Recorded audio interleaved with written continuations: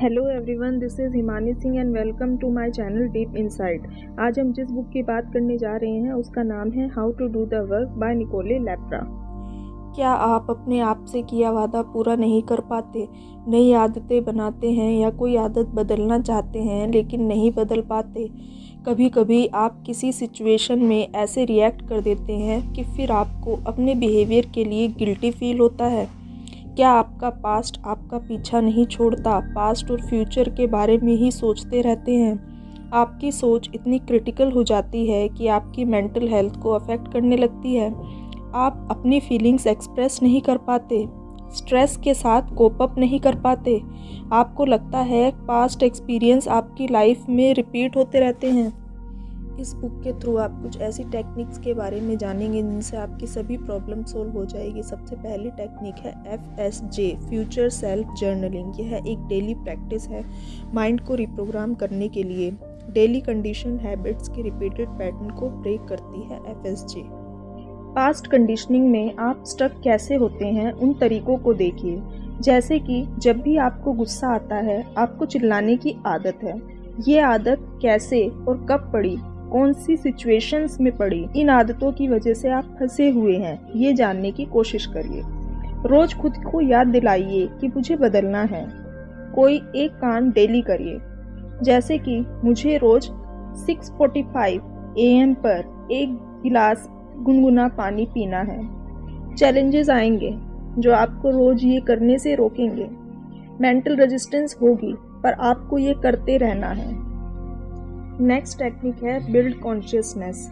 2 minute के लिए पूरे दिन में एक बार किसी भी प्रेजेंट मोमेंट में पूरी तरह जागरूक रहिए। फोकस करिए, आप क्या कर रहे हैं, कैसे कर रहे हैं, क्या थॉट्स आ रहे हैं, माइंड और बॉडी कैसे रिएक्ट कर रहे हैं।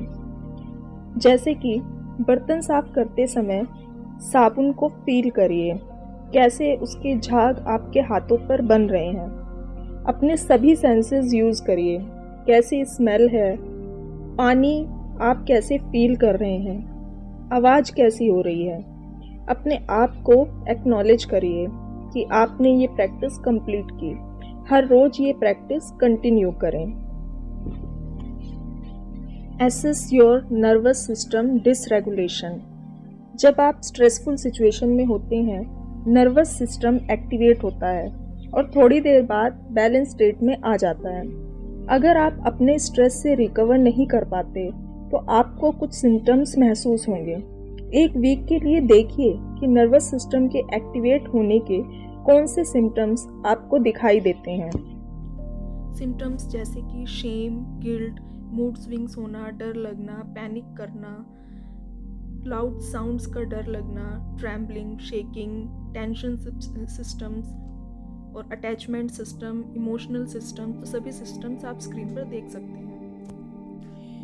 अपने नर्वस सिस्टम को बैलेंस करने के लिए प्रेजेंट मोमेंट को फील करिए एटलीस्ट दिन में एक बार with all your senses. Visualisation meditation करिए, आंखें बंद करके डीप ब्रेथ लें। विजुअलाइज करें हार्ट से वाइट लाइट निकल रही है। हार्ट पर हाथ रखकर अपने आप से कहे I am safe, I am at peace. सुबह और रात को सोते समय यह मेडिटेशन करें। नेचर को देखिए, महसूस करिए। देखिए फूलों का रंग कैसा है, हवा को महसूस करिए, नंगे पैर घास को फील करिए। नेचर एक नेचुरल हीलर है जो नर्वस सिस्टम को बैलेंस करता है। Identify your childhood bounds. बचपन के कुछ ऐसे घाव होते हैं जो कभी नहीं भरते। कुछ ऐसे बैड एक्सपीरियंसेस होते हैं जिनकी गहरी छाप हमारे मन पर पड़ती है। कौन से वो बचपन घाव और दबे हुए इमोशंस हैं जो आपकी मेंटल हेल्थ को अफेक्ट कर रहे हैं?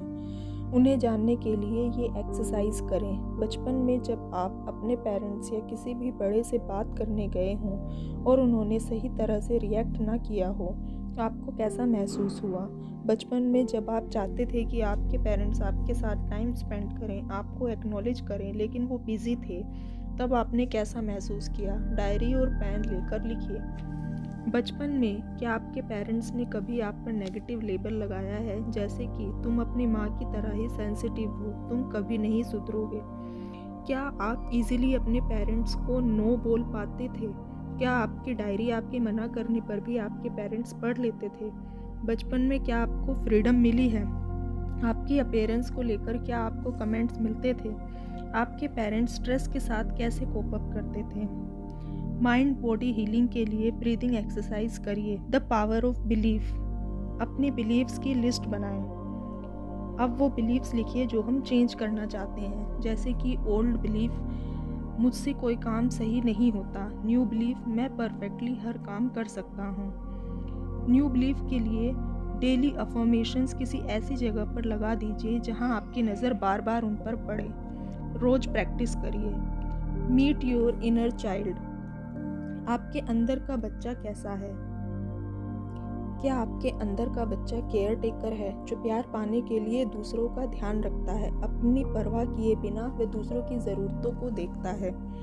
या फिर ओवर अचीवर है, जो प्यार पाने के लिए कुछ भी अचीव करने को तैयार है, उसे लगता है कि वो जब कुछ अचीव करता है तभी उसे दूसरों का प्यार मिलेगा? या फिर अंडर अचीवर है, जो हमेशा इनविजिबल रहता है, उसको लगता है अगर वो सबके सामने आ जाएगा या अपनी कोई बात रखेगा तो उसको क्रिटिसाइज़ किया जाएगा, तो उसका प्यार पाने का यही तरीका है कि वो इनविजिबल रहे? द प्रोटेक्टर, जो प्यार पाने के लिए दूसरों की मदद करता है, दूसरों की प्रॉब्लम सॉल्व करने के लिए किसी भी एक्सटेंट तक जा सकता है? या फिर द यस पर्सन, दूसरों के लिए बहुत ही ज़्यादा अच्छा और सेल्फलेस है, प्यार पाने का उसका यही तरीका है? या फिर हीरो वर्शिपर है, दूसरों को हीरो समझकर उसी की तरह खुद को मोल्ड करने की कोशिश करता है, खुद में कमियां देखता है और प्यार पाने के लिए दूसरों को रोल मॉडल की तरह देखता है। पहले अपने अंदर के बच्चे को पहचानिए, फिर उसे लेटर लिख के समझाइए, जैसे आप किसी पर्सन को समझा रहे हैं। सपोज़ आपके अंदर का बच्चा केयर टेकर है, तो उसे ऐसे लेटर लिखिए। डियर लिटिल, फिर अपना नाम लिखिए। तुम्हें दूसरों का ध्यान रखना बहुत पसंद है। तुम्हें लगता है तुम्हें उनका प्यार तभी मिलेगा जब तुम अपनी ज़रूरतों पर ध्यान ना देकर दूसरों की ज़रूरतों का ध्यान रखोगे। पर डोंट वरी, तुम्हें हर सिचुएशन में लोगों से प्यार मिलेगा। तुम उनकी ज़रूरतों का ध्यान नहीं रखोगे तब भी। तुम बहुत प्यारे हो। दूसरों का ध्यान भले रखो, पर प्यार पाने के लिए नहीं। By adult, specify your name. Next technique है हैंडल योर ईगो। अपनी ईगो को हैंडल करने के लिए अफर्मेशंस प्रैक्टिस करें। I am safe and I choose a new way to experience myself और सेपरेट फ्रॉम माई ईगो। अपने self narratives पर ध्यान दें। आप अपने आप से क्या बात करते हैं, अपने बारे में दूसरों से क्या बात करते हैं, आपने अपने क्या सेल्फ नैरेटिव्स बनाए हुए हैं। अब अपने उस ईगो को नाम दें। ऐसे सिचुएशन और एक्सपीरियंसेस को नोट करें जब आप इमोशनली एक्टिवेटेड थे, बहुत एंग्री फील कर रहे थे। अपनी ऑब्जर्वेशंस के लिए ऑनेस्ट रहें और अब अपनी इस ईगो स्पीकिंग को नई हैबिट से रिप्लेस करें। FSJ प्रैक्टिस करें। नेक्स्ट टेक्निक है ट्रॉमा बॉन्ड्स। बचपन के कुछ ऐसे ट्रॉमा होते हैं जिनके बारे में हमें खुद भी पता नहीं होता। डायरी और पेन लेकर आप बैठे ही होंगे, तुरंत ऑब्जर्व करिए और लिखते रहिए। अपने आप से सवाल पूछिए,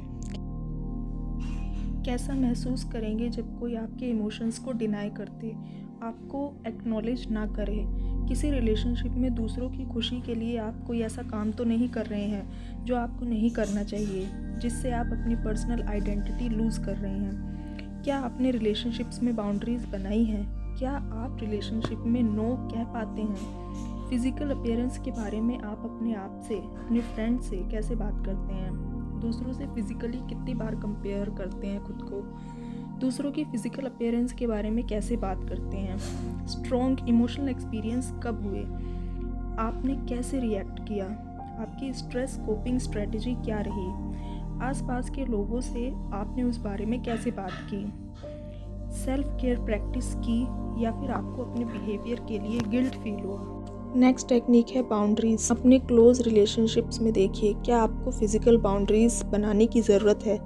फ़िज़िकल कांटेक्ट जितना होता है, क्या आप उससे कंफर्टेबल हैं? आपकी अपीयरेंस पे लोग कमेंट करते हैं, क्या आप उससे कंफर्टेबल हैं?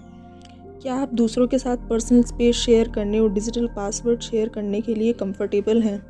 अगर नहीं है तो लिखिए कि मैं कंफर्टेबल फील नहीं करता जब लोग मेरी अपीयरेंस का मजाक बनाते हैं। ये सिर्फ एक उदाहरण है।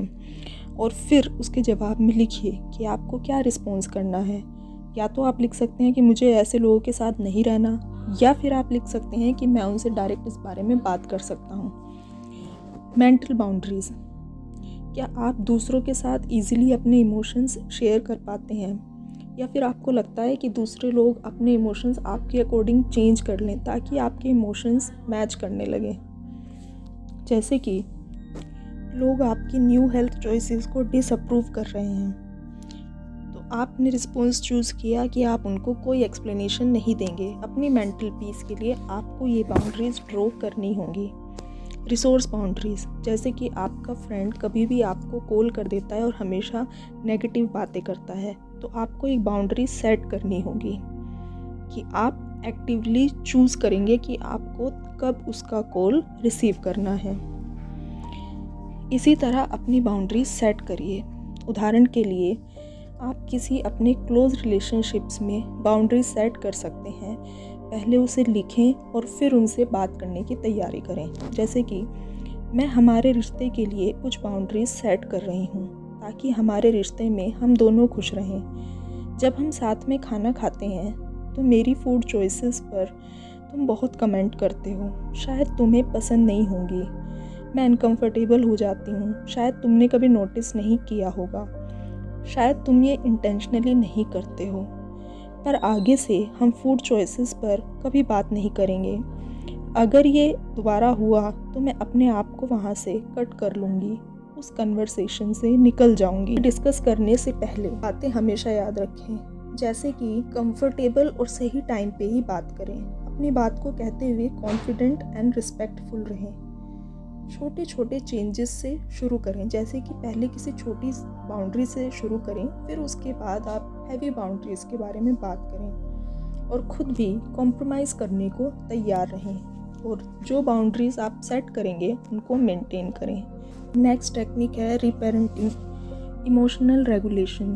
अपनी किन आदतों को रीपेरेंट करना है। जैसे कि गुस्सा आता है तो आपको क्या करना चाहिए। आप ऑब्ज़र्व करिए कि आपको कैसी सेंसेशंस होती हैं, आपकी बॉडी कैसे रिएक्ट करती है, गुस्सा आने का क्या कारण है। उसको जज मत करें उस इमोशन को, और डीप बेली ब्रीदिंग करें। लविंग डिसिप्लिन, हर दिन अपने आप से एक वादा करें और उसको निभाएं। अपने रोज़ के कुछ रिचुअल्स, कुछ रूटीन डेवलप करें। जो आपके लिए चीज़ें ठीक नहीं हैं उनको ना कहना सीखें और उनको ना करें। जैसे कि जंक फूड खाना मेरे लिए ठीक नहीं है। अपनी बाउंड्रीज़ को मेंटेन करें। खुद के साथ समय बिताएं। आपको क्या चाहिए बिना जज करे खुद को बताएं। अपनी केयर करें, जैसे कि जल्दी सोना, जल्दी उठना, घर का खाना खाना, जंक फूड नहीं खाना, मेडिटेशन करना, भले 5 मिनट करें, 5 मिनट की कुछ भी मूवमेंट करना, FSG टेक्निक करना, नेचर में टाइम स्पेंड करना, धूप में जाकर बैठना और धूप को फील करना। ऐसे लोगों से बात करना जिनके साथ बात करके आपको अच्छा लगता है। वो एक्टिविटीज़ करिए जो आप बचपन में करते थे, जो आपको करनी बहुत पसंद थी, जैसे कि पानी में खेलना, मिट्टी में हाथ गंदे करना, डांसिंग, सिंगिंग, पेंटिंग, अनप्लान्ड कुछ भी करना, कोई नई आदतें बनाना, अच्छे लोगों से बात करना। इमोशनल मैच्योरिटी, खुद के साथ समय बिताएं। देखें कि डिफरेंट इमोशंस में आप कैसे रिएक्ट करते हैं, आपकी बॉडी में कैसे बॉडी कनेक्शन मेडिटेशन करें, गहरी सांस लें, fill your lungs with air, फिर धीरे धीरे सांस को छोड़ें। 2-3 बार ऐसा करें और उसके बाद अपनी बॉडी में सेंसेशन नोट करें। अपनी बॉडी को स्कैन करें, हेड से लेकर neck, shoulders, arms, hands, chest, stomach, upper and lower legs, feet, toes, सबको रिलैक्स करें, सबको ऑब्जर्व करें। आसपास की साउंड्स ऑब्जर्व करें, स्मेल, सब कुछ ऑब्जर्व करें। और फिर अपने इमोशंस को सूट करने के लिए, अपनी बॉडी को बैलेंस करने के लिए जो भी आपको ठीक लगे, जैसे कि नहाने के बाद बहुत अच्छा लगता है तो आप नहा सकते हैं, सेल्फ मसाज कर सकते हैं, कुछ अच्छा पढ़ सकते हैं, म्यूज़िक सुन सकते हैं, खेल सकते हैं, कुछ अच्छा लिख सकते हैं, किड्स के साथ, पेट्स के साथ खेल सकते हैं, फ्रेंड्स के साथ घूमने जा सकते हैं। आपके अंदर जो भी इमोशंस होते हैं उनको एक्सप्रेस करिए। जैसे कि अगर आप बहुत गुस्से में हैं या किसी के लिए बहुत एंगर भरा हुआ है तो उसको बाहर निकालिए। जैसे आप कोई पिलो लेके उसके साथ ये एक्टिविटी कर सकते हैं, स्क्रीमिंग एट पिलो। अपनी फीलिंग्स के लिए एक लेटर लिखिए खुद को अपनी डायरी में।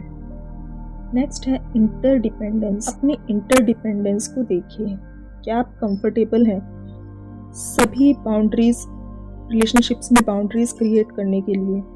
अपने इमोशंस को आप पहचानते हैं, खुलकर बात कर सकते हैं। दूसरों को शायद आपकी रियलिटी पसंद ना आए, फिर भी आप उसके बारे में बात कर सकते हैं। क्या आप सेल्फ के लिए अवेयर हैं? क्या आप अपनी ईगो को देख पा रहे हैं? कौन से एरियाज़ में आपको सुधार की ज़रूरत है? किसी एक एरिया से स्टार्ट करें। डेली इंटेंशन रखें कि मुझे इस एरिया में चेंज लाना है। इस तरह आप अपनी लाइफ में एक पॉजिटिव चेंज ला पाएंगे, पास्ट को हील कर पाएंगे। वीडियो अच्छी लगी हो तो लाइक, शेयर और सब्सक्राइब करें, बेल आइकन प्रेस करें। नेक्स्ट किस बुक की समरी चाहते हैं कमेंट सेक्शन में बताएं। मिलते हैं नेक्स्ट वीडियो में।